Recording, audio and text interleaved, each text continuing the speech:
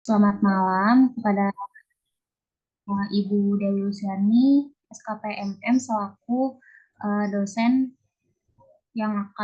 dosen pada malam hari ini.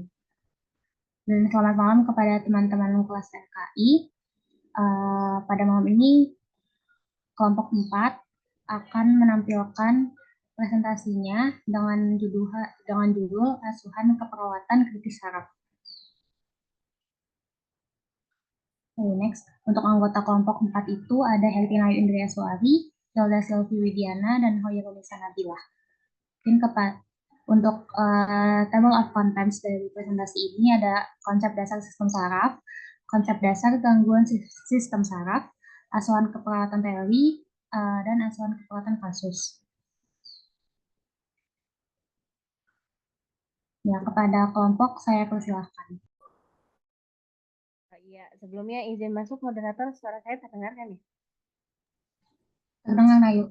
Oke, izin melanjutkan ya, Hertinai dari kelompok. Di sini mungkin bahas singkat terkait sistem saraf, di mana sistem saraf ini kan merupakan sistem yang memperoleh dan juga mungkin menganalisis terkait sinyal-sinyal atau mungkin yang menanggapi terkait mungkin adanya sinyal tertentu di mana nantinya itu akan saling di mana nanti akan juga saling berkoordinasi antara mungkin respon dan juga mungkin sinyal yang diterima. Mungkin bisa dilanjut.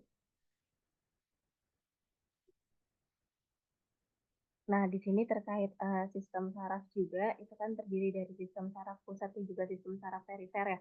Di mana seperti yang kita tahu, kalau untuk sistem saraf pusat ini terdiri dari neuron, termasuk juga otak atau sumsum tulang belakang, terus ada meninger, ada sawar darah otak atau blood barrier, terus juga ada cairan cerebrospinal. Di sini juga ada sistem saraf perifer yang terdiri dari sumsum tulang belakang, sistem saraf somatik, otonom, kranial, dan juga saraf tulang belakang. Bisa di next. Nah, kita masuk terkait konsep dasar dari gangguan sistem saraf pusat dan sistem saraf perifer. Di sini ada gangguan sistem saraf pusat dan juga saraf perifer, di mana di meningitis ini merupakan salah satu contoh dari gangguan sistem saraf pusat, dan juga di sini ada cedera otak traumatik sebagai salah satu contoh dari sistem saraf perifer. Jadi next. Nah, kita masuk ke yang pertama yaitu meningitis, di mana meningitis adalah peradangan atau inflamasi akut yang disebabkan oleh virus, bakteri, atau mungkin tuberkulosis atau organ-organ jamur yang menyerang lapisan meninges. Saya di next, Kak.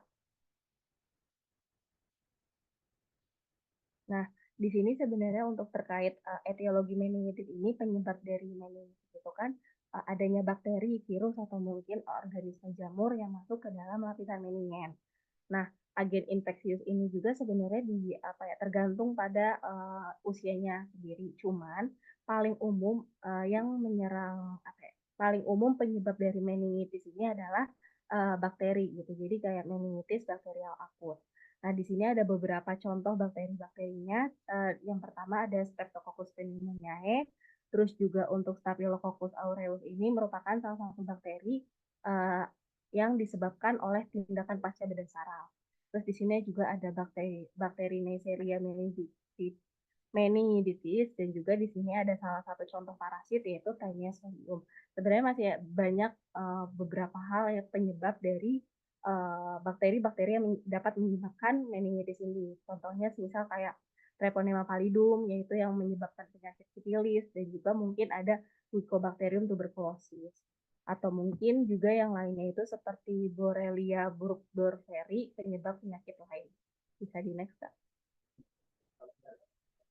Nah, di sini ada patofisiologinya atau mungkin yang secara garisnya itu kayak di jalan proses perjalanan penyakitnya, di mana yang pertama itu meningitis kan dipicu oleh infeksi dari bakteri, virus, atau jamur sebagai penyebab paling. Nah, dari bakteri-bakteri ini masuk bisa langsung ke lapisan meninginnya atau mungkin melalui darah juga, saluran darah, yang menyebabkan nanti bakteremia. Nah, bakteremia adalah proses ketika darah ini mengandung bakteri-bakteri.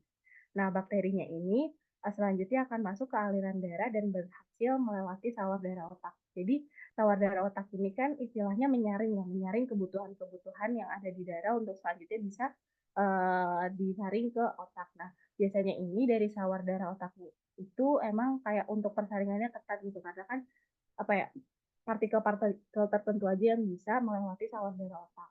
Nah, dari bakterinya ini bisa melewati sawar darah otak yang selanjutnya menginfeksi meningen dengan cepat.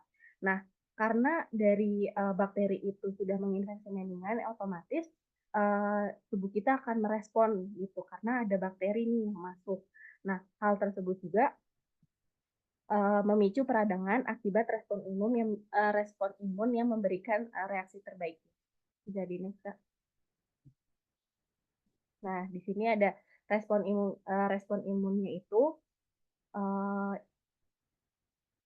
Nah, respon imunnya itu merespon antigen dengan memperbanyak ruang subarachnoid dengan leukosit yang selanjutnya akan menyebabkan peradangan sehingga nanti akibat dari peradangan tersebut akan muncul gejala seperti sakit kepala, demam, dan mungkin ketika meningennya ini membengkak parah akan muncul kaku leher. Nah, dari pembekakan yang parah pada otak ini selanjutnya akan mengganggu fungsi normal otak.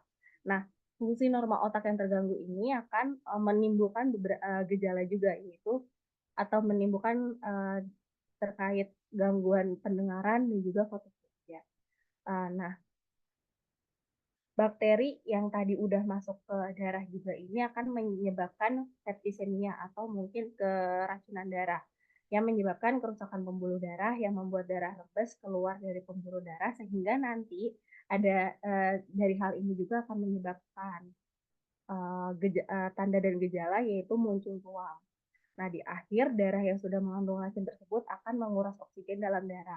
Nah, otomatis karena darah yang kekurangan oksigen ini kan akan mengurangi pasokan darah yang mengandung oksigen sehingga nanti mengganggu sistem kerja dari beberapa organ, itu sistem paru-paru dan ginjal. Nah, akibat organnya ini berkemungkinan nanti berhenti bekerja kan karena berkembang dari septisemia itu. Bisa di next, Kak. Nah, di sini ada manifestasi klinik dari meningitis. Sebenarnya meningitis itu kalau misal gejalanya udah mulai muncul dan juga kayak terlihat itu harus ada benar-benar pemeriksaan lebih lanjutnya. Nah, biasanya ada trias klasik dari meningitis itu, yaitu ada demam, leher kaku, dan juga perubahan mental. Terus juga ada manifestasi klinik lainnya, misalnya kayak gejala neurologis vokal, terus tanda kernik, di mana nanti ada ketidakmampuan ekstensi lutut penuh ketika pinggul diangkat sudut 90 derajat, dan juga tanda Brudzinski, yaitu gerakan pinggul spontan selama percobaan gerakan pasif leher. Nah, kejang ini juga menjadi salah satu gejala klinis, tapi biasanya ini terjadi di anak-anak, diiringi juga mungkin dengan defisit neurologis vokal, atau mungkin ada kelumpuhan saraf kranial. Terus juga ada gejala kecemasan psikomotor dan juga ada tanda-tanda peningkatan tekanan intrakranial. Bisa di next, Kak.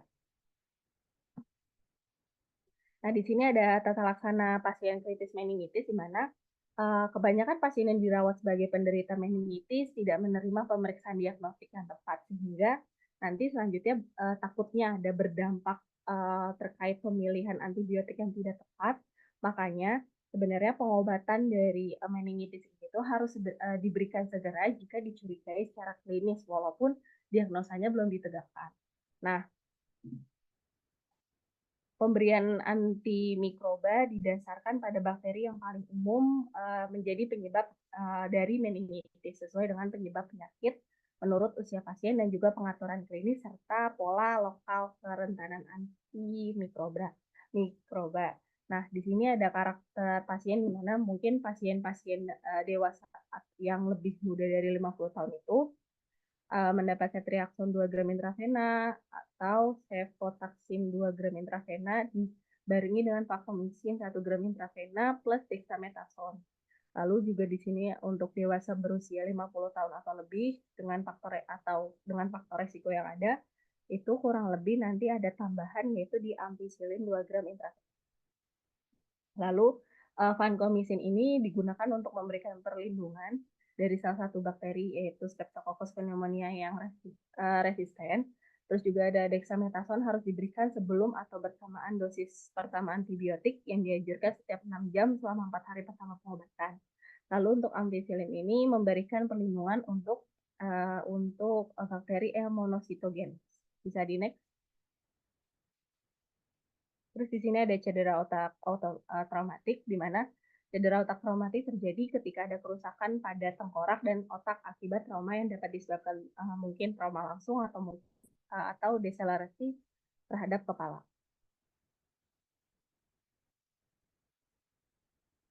Nah, di sini ada etiologi cedera otak traumatik, di mana ada trauma tajam yang disebabkan oleh benda tajam yang dapat mengakibatkan cedera setempat dan menimbulkan cedera lokal.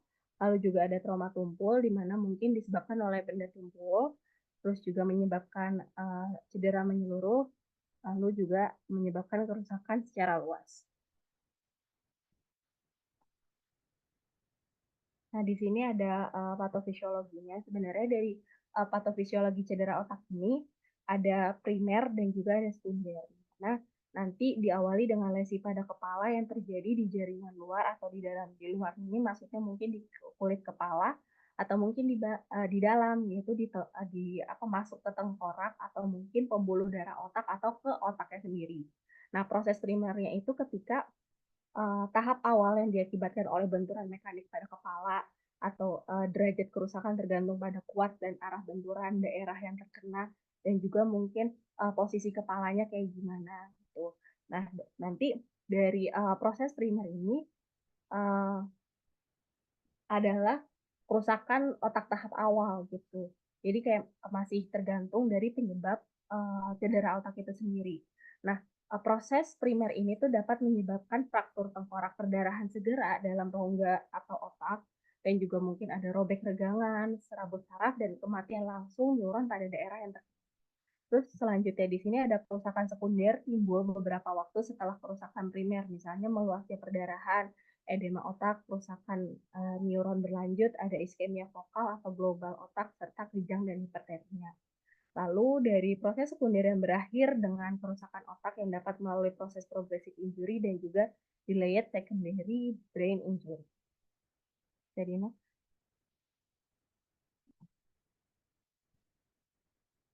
nah, di sini ada manifestasi klinik cedera otak traumatik, di mana cedera kepala traumatik ini kan menyebabkan kerusakan dan kebocoran sawar darah otak yang memungkinkan peningkatan ekstravasi sel kekebalan.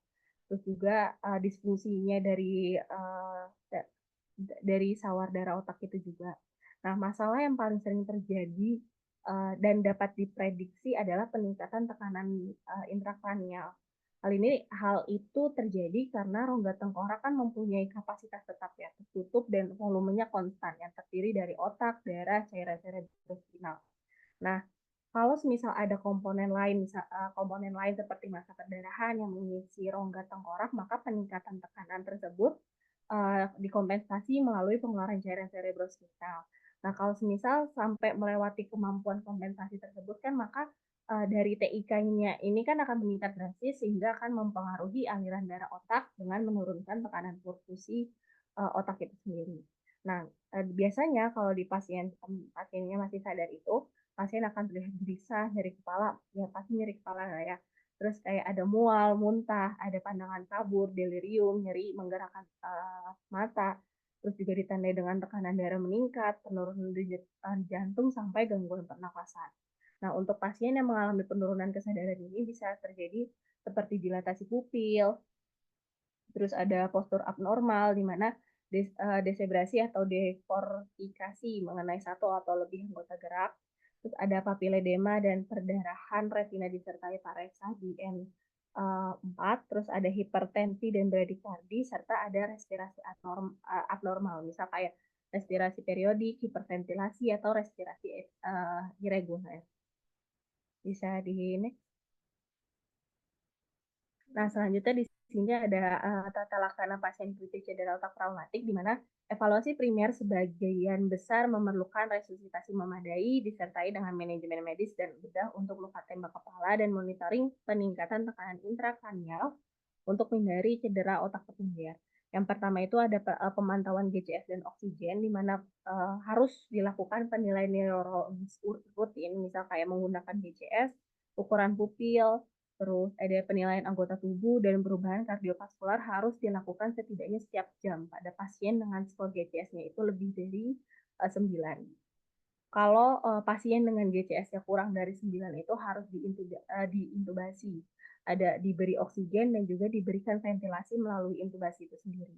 Nah, tekanan darah sistoliknya juga harus dijaga supaya tetap di atas 90 mm air raksa.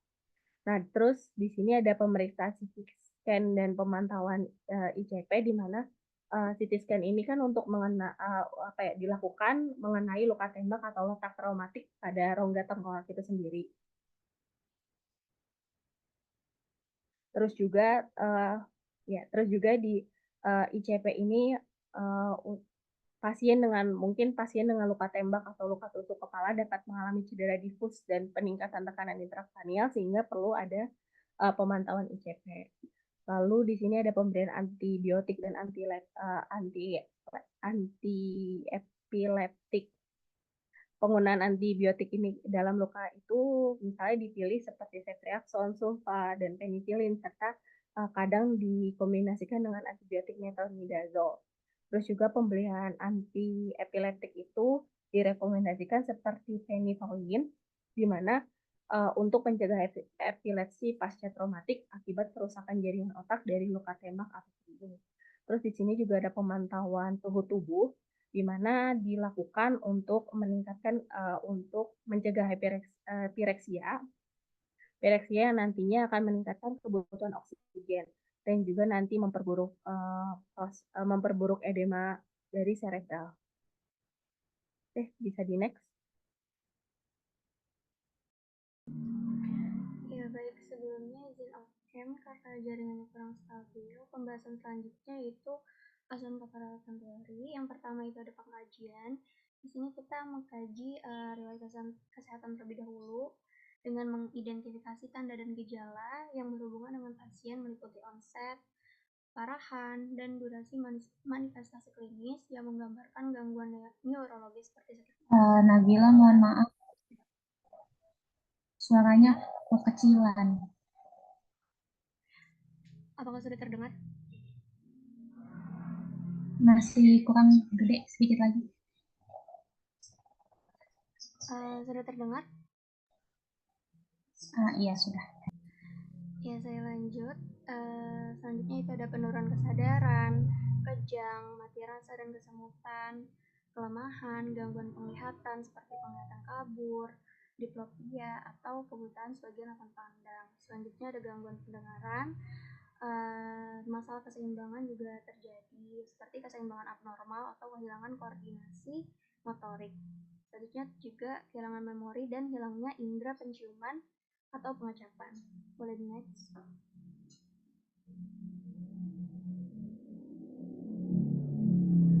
Selanjutnya yaitu kita juga mengidentifikasi apakah pasien baru-baru ini mengalami jatuh atau cedera yang dapat menyebabkan timbulnya penyakit.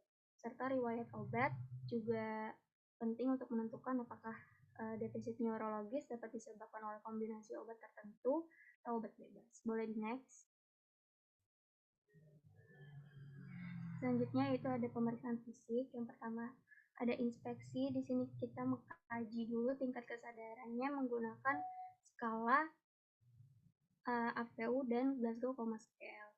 Untuk skala AVU ini kita bisa tahu yang dari alert, voice, pain, sama unresponsive. Bisa kita ukur dengan kompas mentis, delirium, koma, stupor seperti itu. Kalau Glasgow Coma Scale jadi kita nilai dari motorik, verbal, sama respon gerakan matanya. Selanjutnya yaitu ada mengkaji gerakan motorik dan sensorik. Di sini ada finger to nose test. Di sini minta pasien untuk menyentuh jari pemeriksa dan kemudian menyentuh hidung mereka. Selanjutnya ada opposition test. Di sini minta pasien untuk menyentuh setiap ujung jari menggunakan ibu jarinya. Selanjutnya itu ada rapid alternative movement. Di sini gerakan bolak-balik yang cepat dengan cara membalikkan tangan ke depan dan ke belakang pada telapak tangan yang berlawanan. Selanjutnya yaitu ada tes tumit ke tulang kering. Di sini kita bisa minta pasien menjulurkan tumit salah satu kaki ke bagian depan atau anterior tulang kering. Selanjutnya yaitu ada pronator grip arm. Di sini kita bisa minta pasien untuk merentangkan tangannya lurus dengan mata tertutup dan telapak tangannya menghadap keluar. Boleh di next. Selanjutnya yaitu kita mengkaji tonisitas lengan dan tungkai melalui gerakan pasif. Kita bisa meminta pasien mengangkat satu kakinya dari tempat tidur melawan resistensi pemeriksa. Lalu kita lihat apakah terdapat hipotonisitas. Di sini hipotonisitas itu ada tonus ototnya berkurang atau ada kelemahan, dan hipertonisitas di sini ada kekakuan, ada kontraktur dan spastisitas. Selanjutnya yaitu kita mengkaji kemampuan untuk merasakan sentuhan ringan tanpa parestesia di seluruh lengan dan tungkai.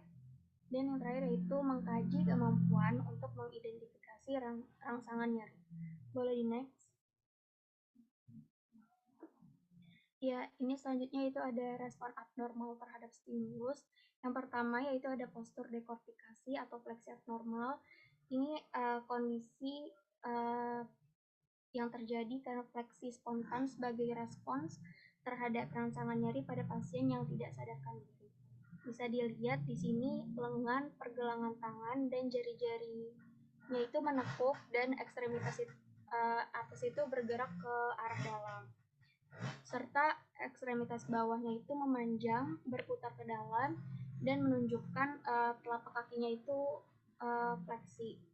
Nah, kondisi ini itu berhubungan dengan cedera pada area korteks.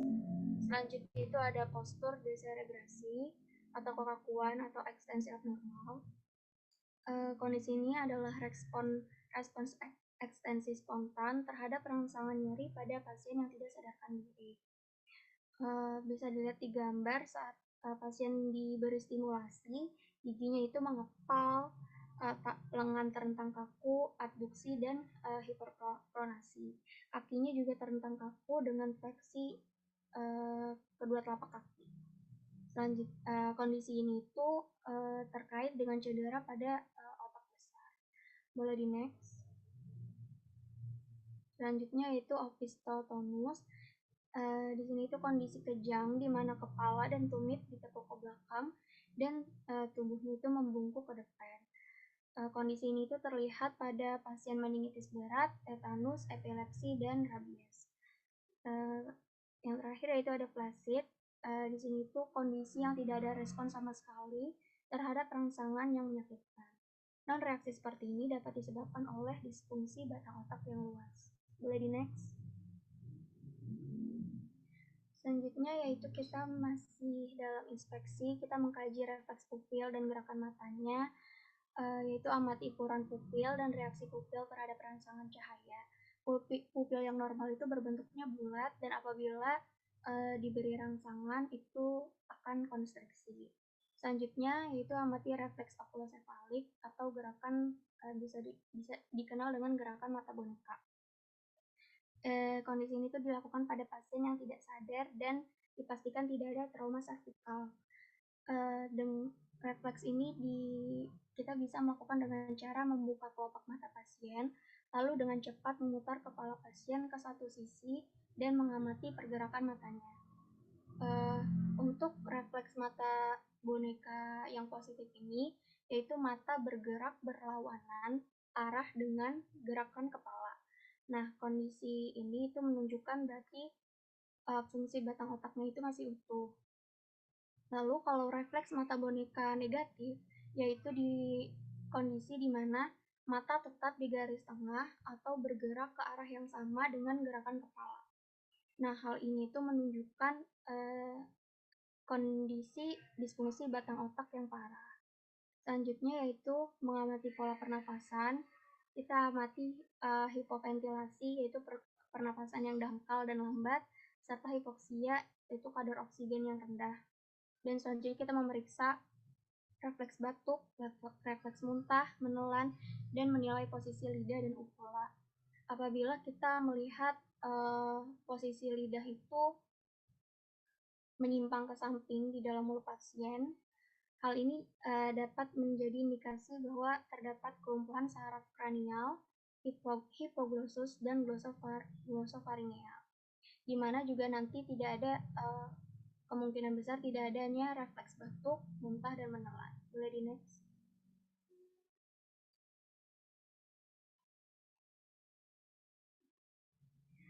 Selanjutnya yaitu kita palpasi. Di sini kita meraba dengan lembut area tubuh pasien yang menimbulkan rasa sakit dan kelemahan untuk mencari tanda-tanda patah tulang, kelainan bentuk, kurangnya kemampuan berfungsi, dan dislokasi.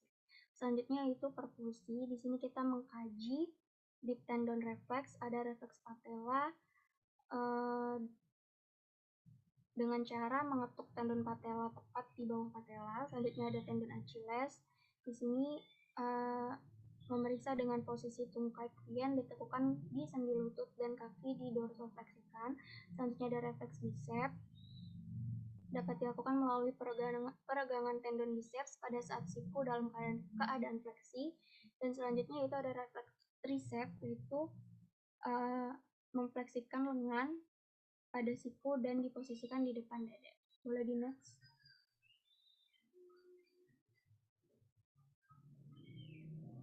Ya, di sini ada tanda-tanda iritasi meningeal.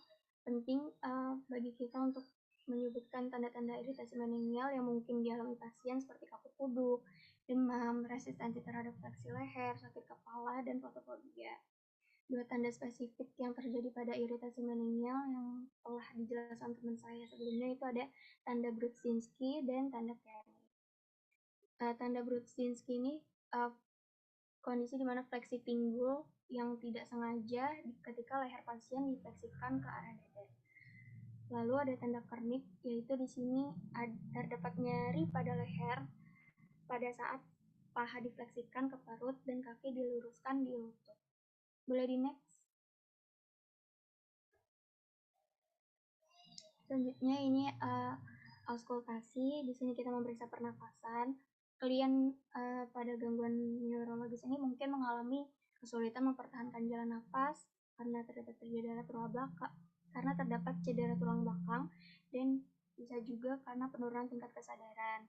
Gangguan pola nafas yang sering ditemukan yaitu Cheyne-Stokes yang diselingi dengan periode apne yang dapat menyebabkan alkalosis respiratory.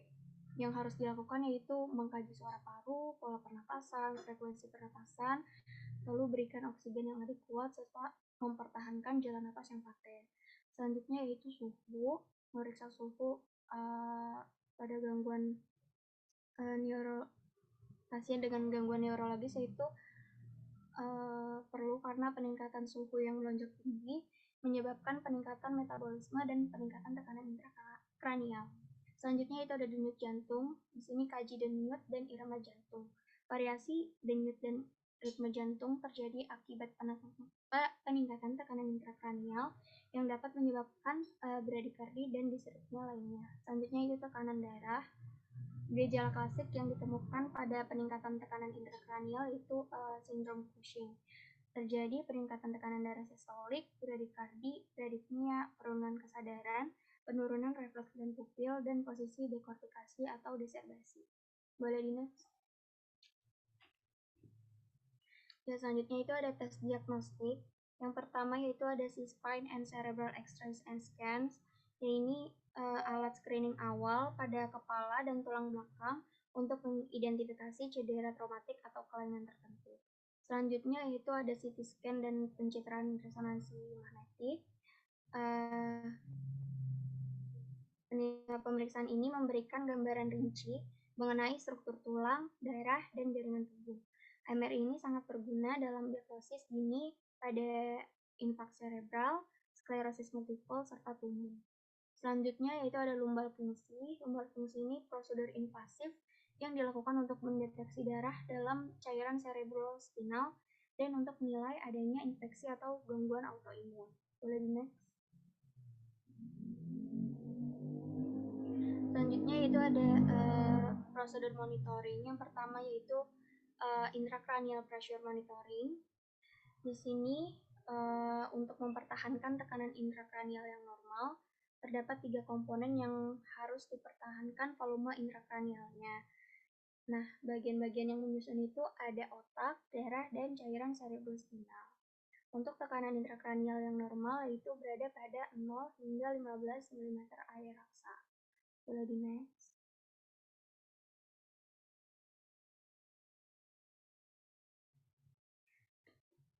Ya, selanjutnya tujuan pemantauan tekanan intrakranial ini adalah untuk mengidentifikasi onset peningkatan tekanan intrakranial, untuk menyediakan akses ke cairan cerebrospinal untuk pengambilan sampel dan drainase, dan untuk mengevaluasi keefektifan pengobatan.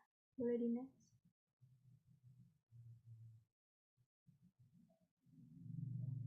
Nah, tekanan intrakranial ini dapat dipantau dengan menggunakan 4 alat seperti pada gambar. Yang pertama yaitu kateter intraventrikular. Kateter ini tuh kateter yang kecil yang dimasukkan langsung ke dalam ventrikel melalui tengkorak.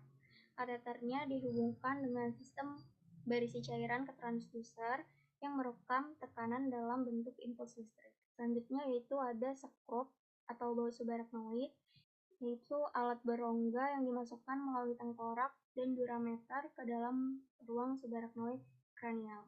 Boleh di next. Ya, selanjutnya itu ada monitor epidural. Monitor ini menggunakan sensor aliran pneumatik untuk mendeteksi tekanan intrakranial. Terakhir yaitu ada monitor serat optik. Di sini monitor yang merupakan alternatif dari sistem intraventrikular, subarachnoid, dan subdural lainnya. Transducer miniatur ini merefleksikan perubahan tekanan yang diubah menjadi sinyal listrik dalam amplifier dan ditampilkan pada monitor digital. Boleh di next. Nah, ini tuh hasil dari pemantauan menggunakan salah satu alat yang tadi sudah dijelaskan. Untuk yang pertama ini ada gelombang A. Gelombang A itu Plateau wave. Di sini berkisar antara 50 sampai 50 dan 100 mm air raksa. Gelombang ini itu menentukan adanya hipertensi intrakranial dan harus diberikan intervensi cepat untuk menurunkan tekanan intrakranial tersebut. Selanjutnya itu di sini ada gelombang B, yaitu kurang dari 50 mm air raksa yang menunjukkan pernapasan dan tekanan darah serta memperingatkan terjadinya risiko peningkatan tekanan intrakranial. Dan yang terakhir itu ada gelombang C. Di sini berkisar antara 16 sampai 20 mm air raksa yang menunjukkan gelombang kecil berirama yang menghubungkan tekanan darah normal dan perubahan pernapasan. Boleh di next. Selanjutnya itu ada brain tissue oxygenation monitoring. Di sini kebutuhan untuk memonitor kadar oksigen otak secara langsung mengarah pada pengembangan alat yang dapat mengukur kadar oksigen di jaringan otak. Nah, metode yang sering diandalkan untuk menilai dan mengelola oksigenasi otak pada pasien cedera otak akut yaitu tekanan parsial oksigen jaringan otak. Alatnya yang seperti di gambar. Boleh di next. Nah, alat ini tuh berupa kateter yang secara langsung dimasukkan ke dalam area otak penumbra. Penumbra itu jaringan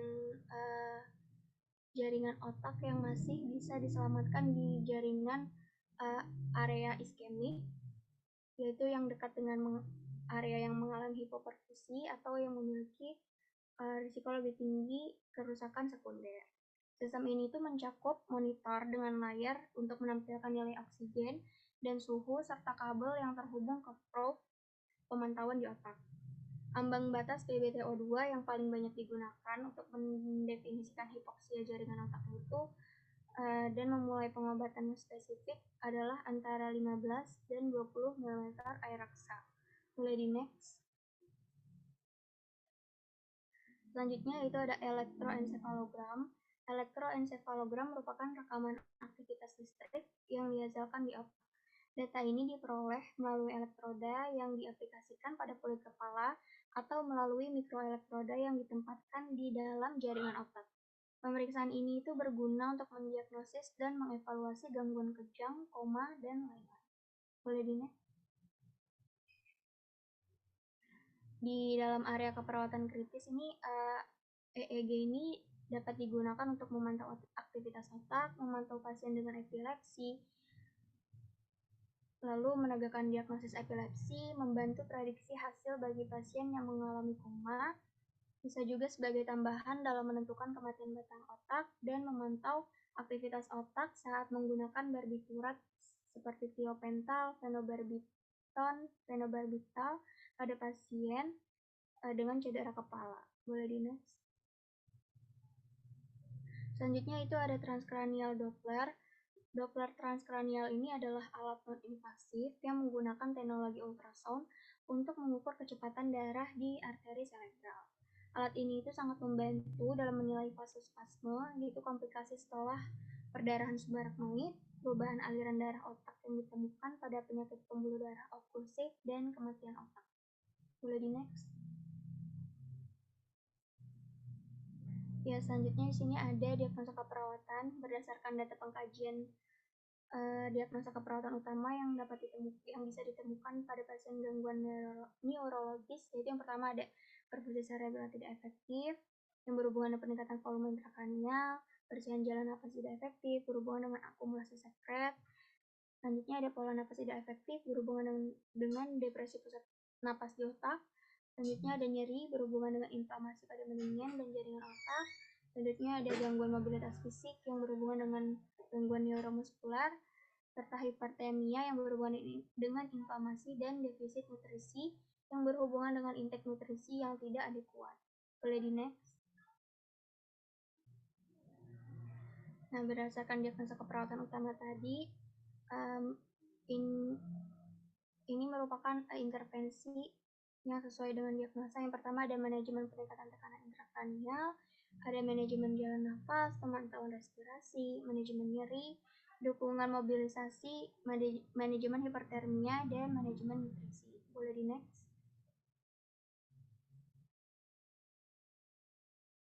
Ya, baik. Selanjutnya adalah asuhan keperawatan kasus meningitis.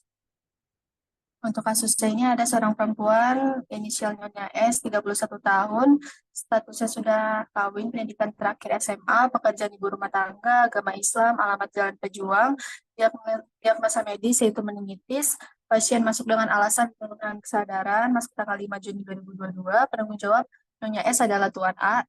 Tuan A ini adalah suaminya, umur 42 tahun, pasien masuk RSCM melalui IGD pada tanggal 5 Juni 2022, jam 23.14 WIB. Dengan keluhan pasien penurunan kesadaran disertai dengan demam, kejang sebanyak 1 kali, batuk, mual, muntah, dan pada saat melakukan pengkajian pada tanggal 6 Juni 2022, pukul 9, hari rawatan yang kedua, keluarga mengatakan pasien penurunan kesadaran dan pasien mengalami demam. Untuk pengkajiannya, untuk yang format pertamanya ada identitas pasien dan penanggung jawabnya. Bisa dilihat aja ya teman-teman. Next. Ya, untuk riwayat kesehatan pasien, yang pertama ada keluhan utamanya, yaitu pasien masuk RSCM lalu IGD pada tanggal 5 Juni 2022, jam 23.14, dengan keluhan pasien penurunan kesadaran dan disertai demam, kejang sebanyak 1 kali, batuk, mual, dan muntah. Untuk riwayat kesehatan yang sekarang, pada saat melakukan pengkajian pada tanggal 6 Juni 2022, pukul 9 WIB, hari rawatan yang kedua, keluarga mengatakan pasien penurunan kesadaran dan pasien mengalami demam. Jadi next. Untuk riwayat kesehatan yang terdahulu, keluarga mengatakan pasien belum pernah dirawat di rumah sakit. Keluarga mengatakan kurang lebih 3 bulan yang lalu, pasien selalu mengeluh dengan sakit kepala dan batuk yang dirasakannya. Pasien selalu menolak bila diajak untuk berobat. Sebelum pasien dibawa ke rumah sakit, pasien sudah demam selama kurang lebih 2 minggu yang lalu. Pasien mengalami kejang 1 kali, lalu pasien mengalami penurunan kesadaran, batuk, pasien tidak berdahak, pasien tidak ada mengonsumsi obat selama 6 bulan. Pasien tidak memiliki riwayat penyakit beresiko. Untuk riwayat kesehatan keluarganya, untuk keluarga pasien ini tidak ada yang pernah mengalami penyakit serupa. Dan orang tua dari pasien ini tidak memiliki penyakit beresiko. seperti hipertensi, diabetes, dan lainnya. Next. Ya, untuk pemeriksaan fisiknya itu pada pemeriksaan head to toe, terutama bagian saraf-sarafnya ya. Mungkin seperti yang udah teman-teman baca ya dari PPT yang udah di-share di grup. Bisa kita skip ya. Oke, untuk pola kehidupan sehari-harinya ini yang pertama ada pola nutrisi dan cairan.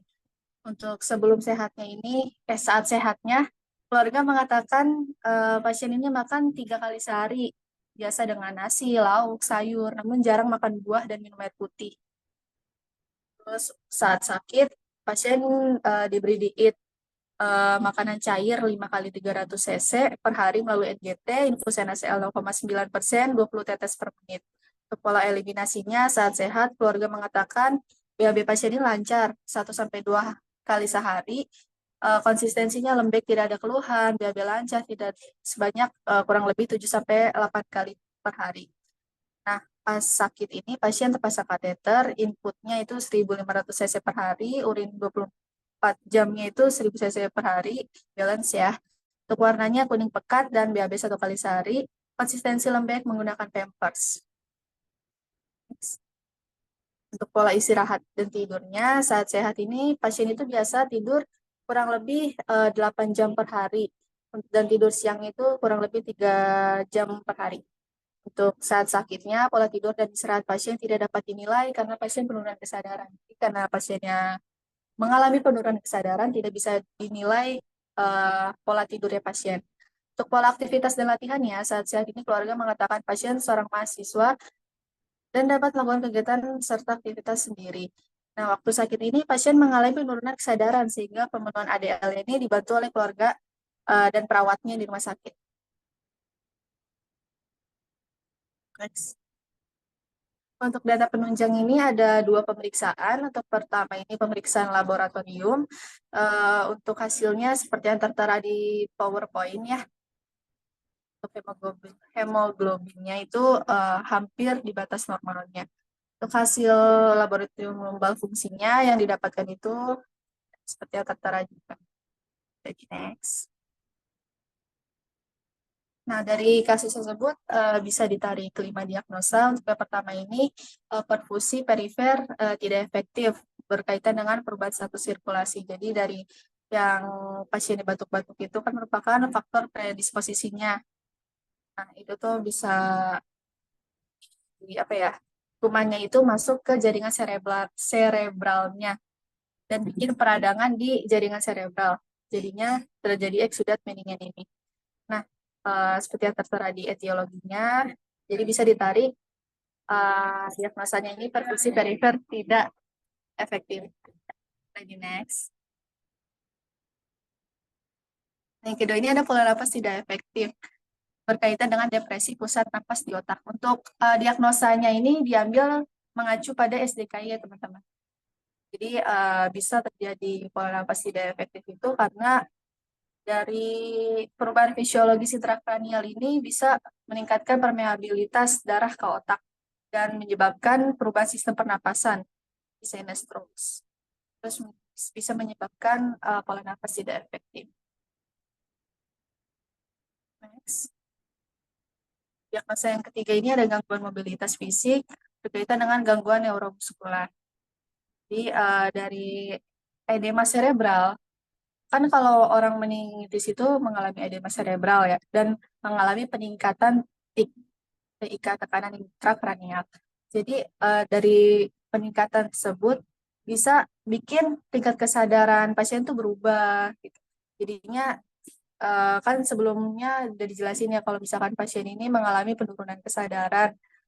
Orang yang mengalami penurunan kesadaran pasti mengalami kelemahan fisik. Maka bisa ditarik diagnosa gangguan mobilitas fisik. Next. Untuk diagnosa yang keempat ini, hipertermia berkaitan dengan laju metabolisme tubuh. Untuk jika ada infeksi atau zat-zat asing masuk ke dalam tubuh, itu tubuh akan menghasilkan panas ya, karena adanya laju metabolisme tubuh gitu. Jadi hipertermia bisa ditarik ke diagnosa keperawatan yang keempat. Next. Lalu yang kelima adalah resiko cedera berkaitan dengan hipoksia. Jadi dari sama seperti yang pola napas tadi itu yang diagnosa kedua, si perubahan sistem pernapasan ini bisa juga menyebabkan tubuhnya pasien ini mengalami hipoksia, di mana sel-sel tubuhnya melemah sehingga badannya lemas dan itu bisa jadi resiko jatuh gitu. Jadinya bisa ditarik diagnosa resiko cedera. Next. Oke. Untuk intervensi keperawatannya juga mengacu pada CT, teman-teman. Jadi untuk diagnosa keperawatan perfusi perifer tidak efektif itu mengambil intervensi keperawatannya manajemen sensasi perifer. Untuk tindakan yang akan dilaksanakan sudah tertera di PowerPoint ini, teman-teman. Mungkin teman-teman sudah membaca sebelumnya dari PPT yang sudah di-share sebelumnya. Next. Ini yang intervensi yang kedua, mengambil intervensi manajemen jalan napas. Next. Untuk yang hipertermia, mengambil intervensi manajemen hipertermia. Next. Ya, untuk gangguan mobilitas fisik, mengambil intervensi dukungan mobilisasi. Next. Untuk yang kelima, risiko cedera, ini kami mengambil intervensi keperawatan pencegahan cedera. Oke, untuk ini adalah implementasinya. Mungkin kita lanjut. Bisa dilihat ya teman-teman. Next. Untuk intervensinya ini dilakukan selama 3 kali 24 jam ya teman-teman.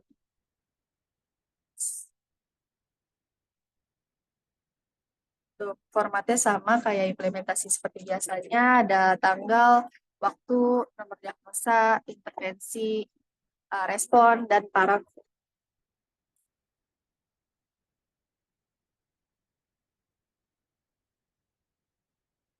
Ini bisa langsung lanjut ke ininya aja, CPPT.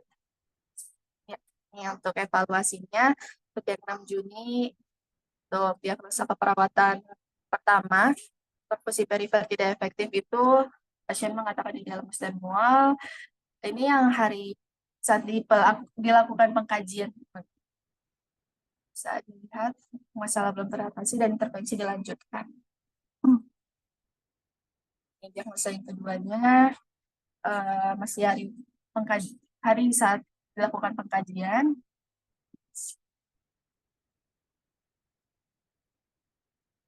Yang hipertermia sama masih hari pertama hari kedua dirawat dan hari pertama dilakukan pengkajian.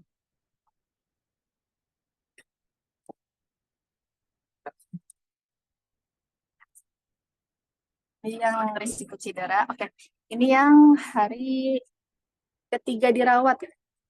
Hari pasien ketiga dirawat sudah ada peningkatan.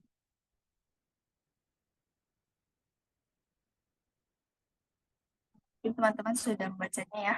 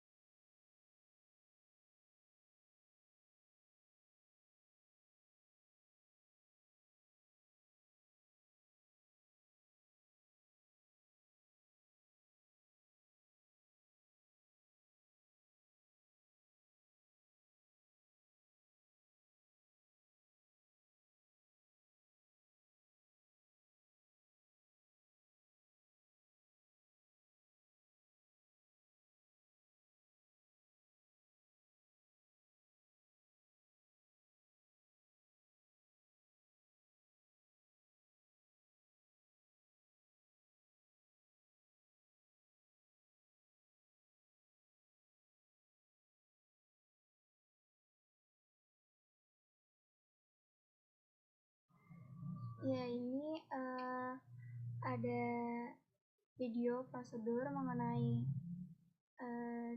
diagnostik tes dan prosedur monitoringnya, boleh diputar.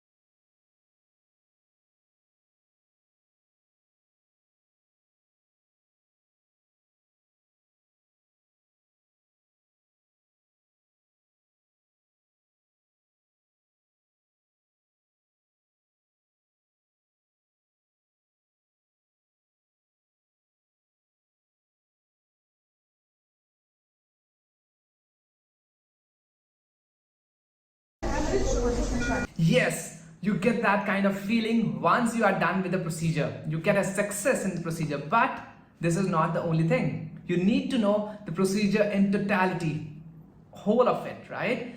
And in this video, I'll cover everything which you need to know about this lumbar puncture procedure. When to perform it, that means indications. When not to perform it, that are the contraindications. Again, very important. You need to know when not to go with that. Third, then I'll discuss about whole of the procedure.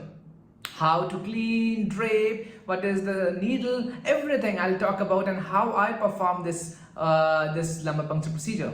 And also lastly, I'll be covering the complications of this procedure. So keep watching till the end.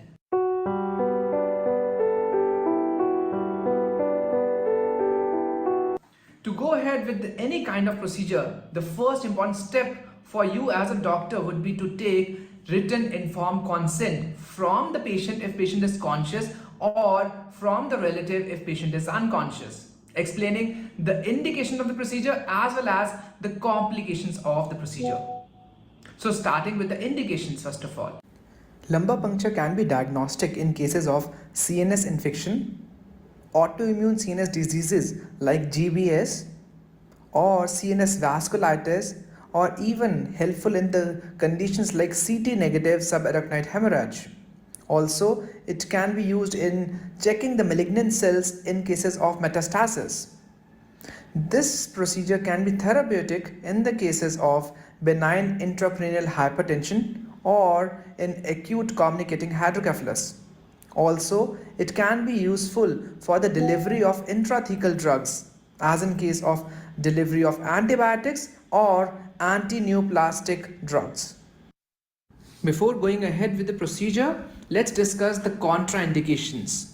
First, positioning, which can be done in lateral position or maybe sitting position depending on the clinical status of the patient. Bend the knees of the patient towards his tummy. Also straighten the back. Correct positioning is very important for you to enter into the subarachnoid space. Otherwise, you might land up doing the procedure again and again. Now, after wearing the sterile gown and the sterile gloves, I'll take chlorhexidine or betadine solution in it, and that too in a sterile manner. It should not touch the bowl or the container. In the second, I would like to have a skin disinfectant, which more commonly I use as AHD, that is a skin disinfectant. After that, I will take the gauze pieces and fit into the sponge holder and clean the area. Next step is cleaning and draping. And before that, just check the site whether it is infected or not, and then you have to have a line, imaginary line between the two highest points of iliac crest, which corresponds to L4 vertebra, right? And from there, you start cleaning the area. Now clean the area with a gauze dipped in chlorhexidine or betadine solution and go in a circular manner as shown. And you can clean this area with the gauze pieces 2 to 3 times. I've just shown you only once in this video. Also, it is better to go below the scapular area and then to the gluteal line. So this is the area you need to go ahead for cleaning. And now I'm draping the area, right? With a circular cut in between. This is a sterile sheet. Now drape the area. Let the chlorhexidine or the betadine act. Right? Till that time, you can have your other things ready. Next step is lignocaine or a local anesthetic infiltration. Now I'll take lignocaine into this syringe, and that too in a sterile manner. I've taken around 4 to 5 ml of lignocaine, and I'm removing any kind of bubble in the syringe, and will attach a needle to this one. And before going ahead, I need to clean the area with a disinfectant.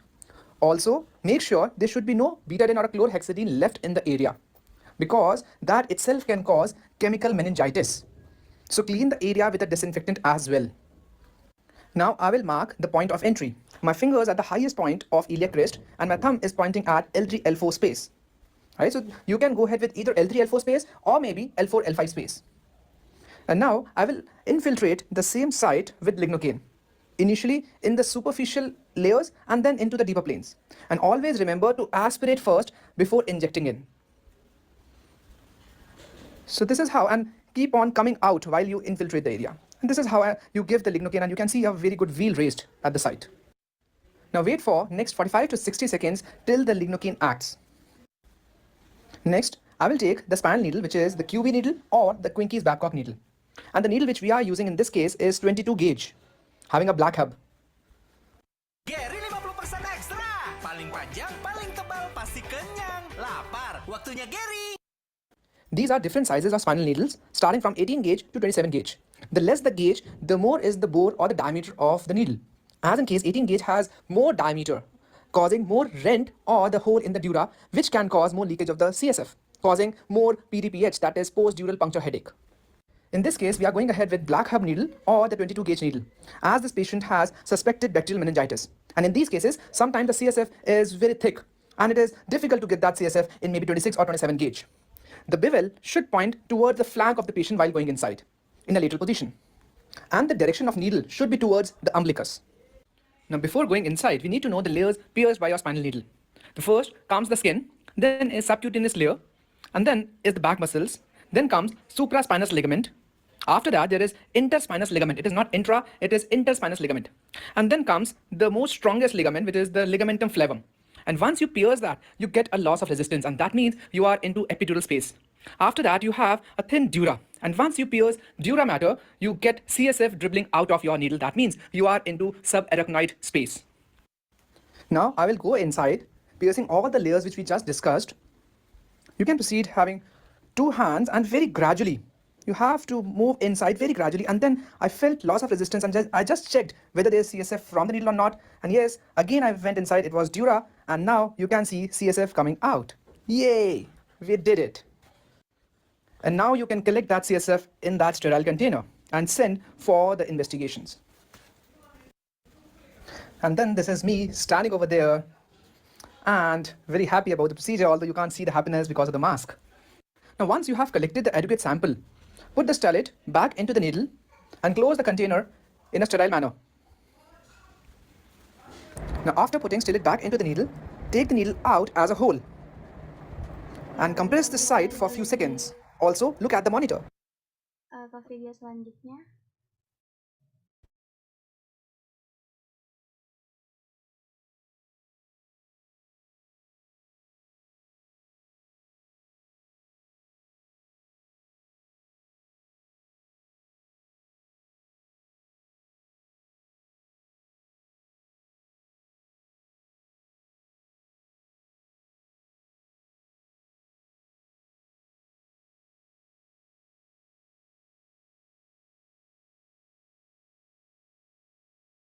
This is a video in clinical medicine from the New England Journal of Medicine.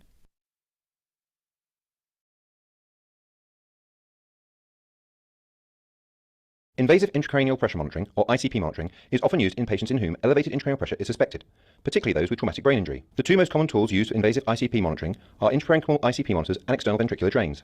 Each has its own benefits and drawbacks. This video describes the insertion of an intraparenchymal ICP monitor. Although these monitors do not allow for therapeutic drainage of cerebrospinal fluid, they are more straightforward to place, particularly with the plastic side down. Wash the patient's scalp with soap and clean water using the washcloth or brush. Dry the skin with a hand towel and shave as necessary. Identify the anatomical landmarks and mark the incision site. Generally, ICP monitors are inserted on the side of the non-dominant hemisphere, which is usually the right side. The incision is made along the midpupillary line, 3 cm lateral to the midline to avoid the sagittal sinus, approximately 11 cm posterior to the nasion, and at least 1 cm anterior to the coronal suture to avoid the motor strip. Put on a face shield, wash and disinfect your hands, and don a sterile gown and sterile gloves. If you're using a drill guide, loosen the guide with a hex wrench. Place it at a suitable depth, typically approximately 20 millimeters, and then retighten it. Thick skull and scalp hematomas may obviate the need for a drill guide. Prepare the autoclave twist drill by placing the bit into the chuck, holding the drill handle in place and then turning the chuck clockwise. Prepare the bolt by placing the stylet in the lumen with the tip exposed. In most adult patients, the spacing washer is unnecessary and may be discarded.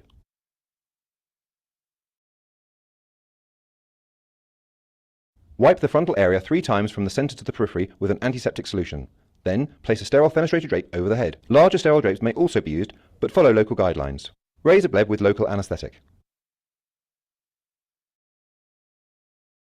Make a short 5 mm linear stab incision. Use of a retractor is usually unnecessary. Ask an assistant to secure the patient's head. Place the drill perpendicular to the skull and turn the handle clockwise. Do not lean on the drill. You will usually be able to feel the drill bit penetrate the hard outer cortex, the soft central medulla, and the hard inner cortex. Place the bolt in position perpendicular to the skull and turn it clockwise, usually 9 half turns until it is secure.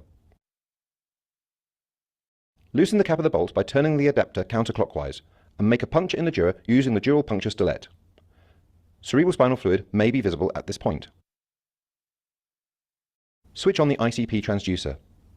Place the ICP sensor in sterile water and ask an assistant to connect the sensor to the transducer. Ask the assistant to calibrate the transducer and record the reference number. Insert the ICP sensor through the bolt to the desired depth, which is often approximately 15 mm into the cranium, and then secure the sensor in the bolt by turning the adapter clockwise. When a strain gauge is used, a bend may be placed in the sensor at the desired depth, but other types of sensors should not be kinked. Dress the wound site using antiseptic soap gauze. You may place a purse string suture, which can aid in wound closure after the bolt is removed.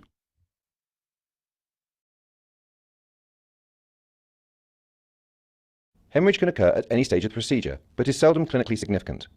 Before the procedure, identify and correct any coagulopathy. A scalp or skull hemorrhage usually terminates once the bolt is placed, but skin sutures and bone wax may be applied if bleeding persists. Intracranial hemorrhage is rare, but unenhanced CT of the head may be performed after the procedure if hemorrhage is suspected. Infection is a rare but serious late complication. Ensure adequate preparation and meticulous aseptic technique. Avoid handling the tip of the ICP sensor. The use of pre-procedural antibiotic agents may be considered, but follow local guidelines if you decide. Minta tolong di stop aja videonya. Waktunya sudah tinggal sedikit katanya ya. Kira-kira apa yang bisa didiskusikan? Dari hasil tayangan ini kita diskusikan apa? Ada pertanyaan nggak? Iya, kepada teman-teman kelas KKI, apakah ada yang ingin ditanyakan kepada kelompok 4?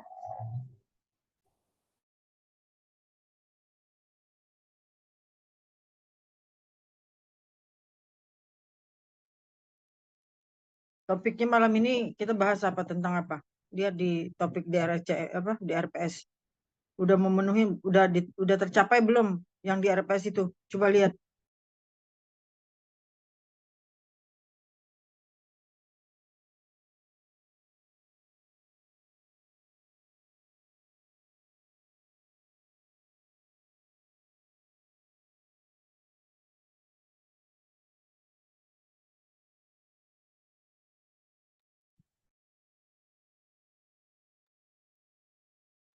Si pennya mana si pen? Tolong si pen disebutkan topik malam ini apa sih sebenarnya? Keperawatan kritis syarafan, Ibu. Mohon maaf sebentar, saya lagi mencari RPS. Iya, izin Ibu. Untuk subCPMK-nya itu ada pertama pengkajian, meliputi riwayat penyakit, pemeriksaan fisik, tes diagnosa, treatment. Lalu ada yang kedua, ada gangguan meliputi injuri syaraf pusat dan perifer. Lalu yang ketiga ada prosedur monitoring intrakranial dan pemeriksaan fisik syaraf, Ibu. Kira-kira apa yang ingin dicapai di situ? Kira-kira dari tujuan itu. Tadi udah tertayang kan belum? Agak menjauh ya. Jadi tolong balik lagi, kita fokus ke pengkajian untuk itu kasus ini, apa orang yang sakit saraf-sarafnya saraf apa gitu kan. Ini kan kritis. Ini manajemen ya? Bukan, keperawatan kritis ya yang kita sekarang. Iya, Ibu, benar. Nah, jadi nggak beda sama Gadar, cuman kalau perawatan kritis ini di rumah sakit menggunakan mesin-mesin canggih gitu ya. Nah, jadi kira-kira bayangannya kalian nanti tuh tugasnya apa sih di ruangan itu dengan kasus yang ada di situ, terutama yaitu kasus saraf gitu loh.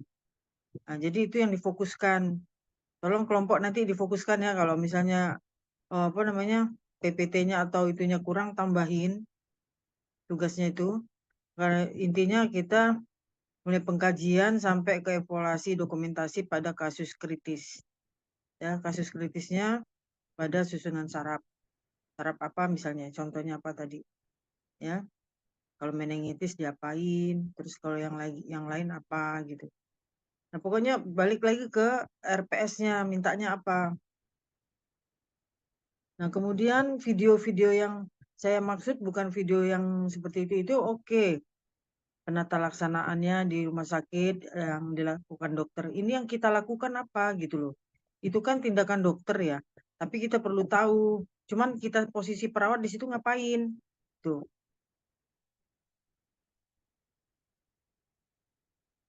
Masih habis ya. Waktunya habis. Di sini Bu sampai waktunya 20.40 Ibu. 20-40. Nah, jadi seperti itu ya. Jadi balik lagi ke awal bahwa kita pengkajian sampai evaluasi dokumentasi pada kasus saraf. Kasus saraf di situ apa yang diminta, ya kan? Kalau misalnya meningitis, nah, gimana kita perawat sebagai perawat meningitis, tindakannya apa, penata laksana meningitis itu apa, dan kita ngapain di situ, kolaborasinya apa. Nah, jadi artinya balik lagi ke ASKEP, jangan sampai enggak ya. Kalau video yang kita tonton tadi itu kan tindakan medisnya, boleh tahu, tapi kalau yang kita fokuskan malam ini adalah peran kita sebagai perawat tuh ngapain di situ gitu. Ya, apa perawatan pada pos operasi itu tadi, ngapain perawat, ya kan? Kemudian kalau pasien habis dioperasi yang ingin pulang ngapain untuk penyakit kritis, atau mungkin menggunakan alat-alat canggih, alatnya apa bantuan ventilator apa-apa untuk pasien itu yang dilihat lagi. Tolong fokuskan, jadi hubungkan antara video-video yang terkait topik. Saya kan suka ngomong gitu, tolong cari video-video terkait topiknya. Jadi jangan satu video itu bisa 5, bisa 10 gitu loh, untuk mendukung topik yang kita lagi bahas. Ya, baik itu dari sarafnya, baik itu dari perawatannya gitu. Intinya kita balik lagi ke diri kita nih perawat gitu. Kita ngapain? Nah, di situ posisi kita ngapain gitu. Nah, kalian kan RKI. Nanti kan mau tugasnya di luar sana, ya otomatis harus banyak tahu juga, tapi tetap aja posisi kita di mana gitu. Itu aja ya masukannya ya. Terus video-videonya itu tambahin yang berkaitan dengan topik, lihat lagi topiknya apa, langsung cari videonya banyak itu. Ya, kemudian gambar-gambar yang mendukung. Gambar-gambar yang mendukung itu misalnya dia lagi bicara apa nih?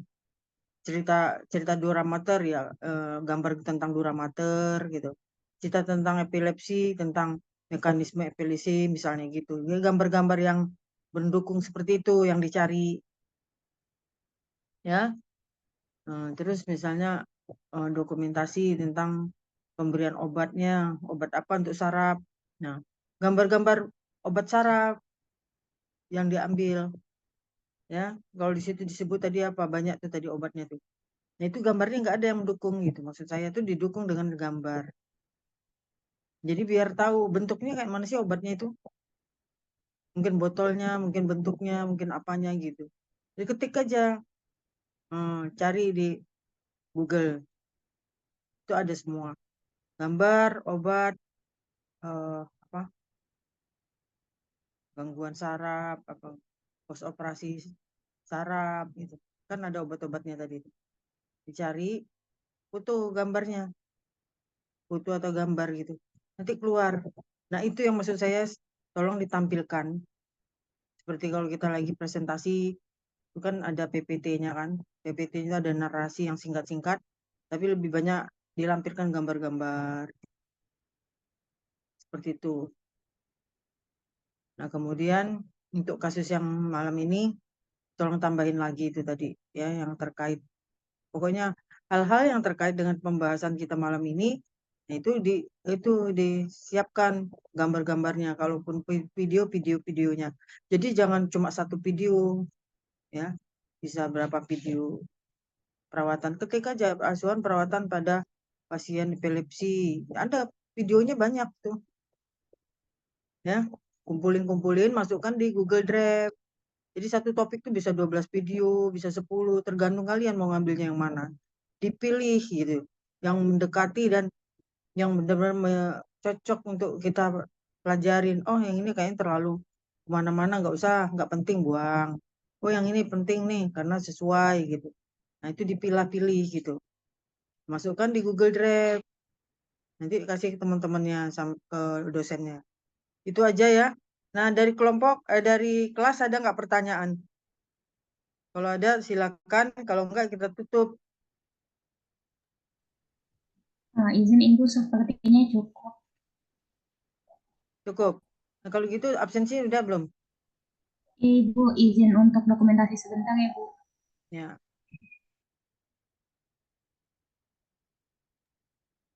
Oke, untuk teman-teman boleh on cam terlebih dahulu ya. Angel, Nabila, Tia, Marsha, Ira, Putri, Sabrin, sama Aini on cam dulu ya.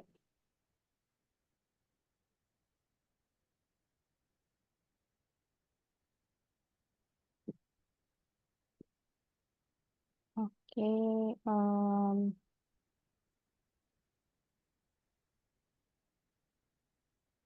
di screenshot ya. Slide pertama, terus slide kedua. Oke, sudah Ibu, sudah di screenshot. Oke. Oke, selamat malam. Terima kasih ya kelompok, kelas, Tipen, dan selamat belajar.